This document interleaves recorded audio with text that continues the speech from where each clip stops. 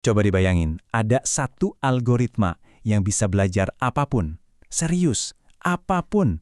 Bukan cuma satu tugas aja, tapi semua pengetahuan yang ada di dunia ini. Dari data manapun. Emang sih kedengarannya kayak film fiksi ilmiah. Tapi ini beneran loh, ini sebuah pencarian nyata yang lagi terjadi sekarang. Dan inilah kisah perburuan si algoritma induk.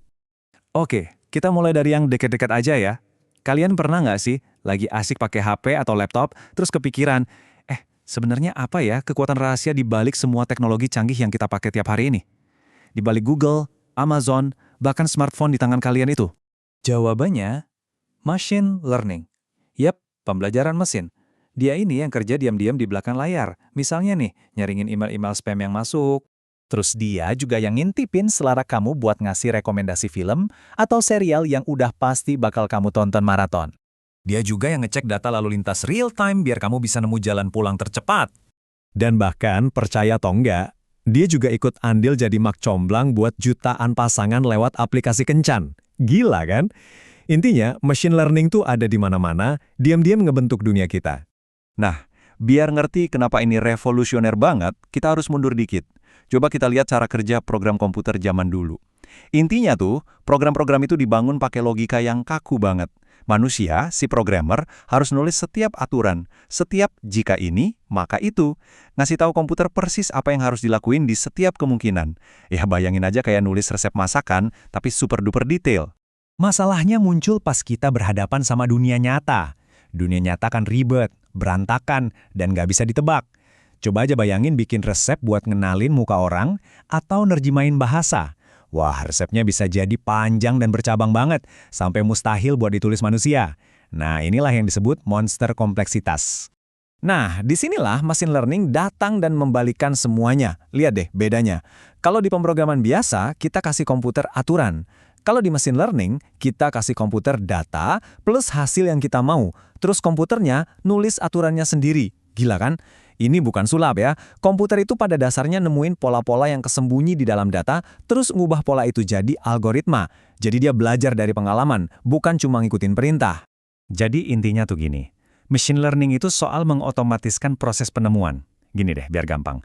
Daripada kita capek-capek nyari jarum di tumpukan jerami, mending kita bikin mesin yang bisa belajar gimana caranya nemuin jarum apapun di tumpukan jerami manapun. Jadi komputernya bukan cuma ngerjain tugas, tapi belajar cara nyelesain tugas. Nah, dari sini muncul satu pertanyaan besar yang, bikin penasaran banget. Kalau beberapa algoritma aja udah bisa ngelakuin hal-hal sekeren itu, jangan-jangan ada satu algoritma pamungkas, satu pembelajar universal yang bisa ngelakuin segalanya? Hipotesis yang kedengerannya gila inilah yang jadi inti dari pencarian kita. Seperti kata Pedro Domingos, semua pengetahuan, masa lalu, sekarang, dan masa depan bisa diturunkan dari data oleh satu algoritma pembelajaran universal. Dan inilah yang dia sebut algoritma induk. Oke, kedengarannya ambisius banget, ya kan? Tapi idenya datang dari mana? Ada buktinya nggak sih? Jawabannya, ada. Yuk, kita mulai petualangan intelektual ini buat nyari petunjuk-petunjuk keberadaan si algoritma induk. Dan yang keren, petunjuknya itu nggak cuma dari satu bidang ilmu, petunjuknya itu nyebar di mana-mana. Dari cara kerja otak kita, dari proses evolusi, dari fisika, statistik, sampai ilmu komputer itu sendiri. Coba kita intip dari ilmu saraf dulu.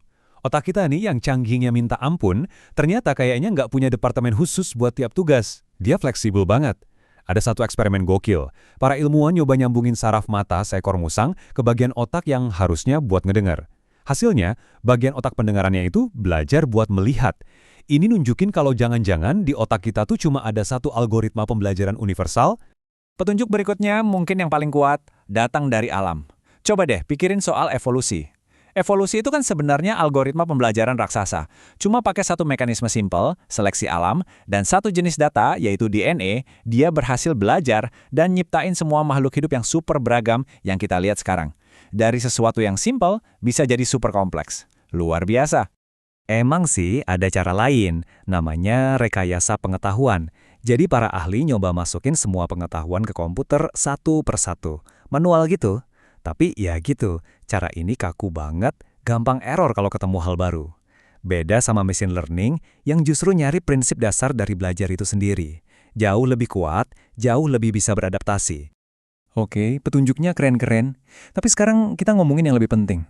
Terus kenapa? Emang gunanya apa sih ini semua? Kalau seandainya nih ya, kita berhasil nemuin algoritma induk, hadiahnya buat kita apa? Jawabannya bisa ngubah peradaban manusia. Dan salah satu hadiah terbesarnya, yang mungkin paling bisa mengubah hidup banyak orang, adalah kemampuan untuk menyembuhkan kanker. Kenapa? Kenapa algoritma ini spesial banget buat ngelawan kanker? Karena kanker itu sendiri penyakit yang pinter, penyakit yang belajar. Dia terus-terusan mutasi, beradaptasi, biar bisa tetap hidup. Buat ngalahinnya, kita nggak bisa pakai senjata biasa yang statis. Kita butuh senjata yang bisa belajar dan beradaptasi lebih cepat dari si kanker itu sendiri. Nah, algoritma induk bisa ngelakuin itu. Dia bisa nganalisis genom unik tiap pasien, ngerancang obat khusus buat dia, dan bahkan nebak langkah mutasi si kanker selanjutnya. Terus, apa ini bakal jadi solusi buat semua masalah kita? Ya, nggak juga. Kita tetap butuh insinyur, butuh keahlian manusia. Tapi, buat ngebangun sistem yang benar-benar cerdas, kayak robot pembantu di rumah yang sering kita bayangin, algoritma induk ini bakal jadi 80% solusinya. Dia itu potongan puzzle paling penting yang selama ini hilang. Jadi, apa artinya ini semua buat kita? Gini, pesan utamanya bukan buat aku digantiin sama mesin, sama kali bukan. Justru sebaliknya, masa depan itu soal kolaborasi. Soal gimana kita bisa gabungin intuisi, kreativitas, dan keahlian kita sebagai manusia dengan kekuatan algoritma yang jago banget ngolah data. Ini bukan soal penggantian, tapi soal peningkatan. Kita jadi lebih super. Dan ini membawa kita ke sebuah pemikiran terakhir yang, wah, bikin merinding. Kalau kita beneran berhasil bikin satu algoritma yang bisa belajar segalanya, yang artinya proses penemuan itu sendiri udah jadi otomatis. Kalau itu adalah hal terakhir yang perlu kita ciptakan, terus, abis itu apa? Apa yang terjadi selanjutnya?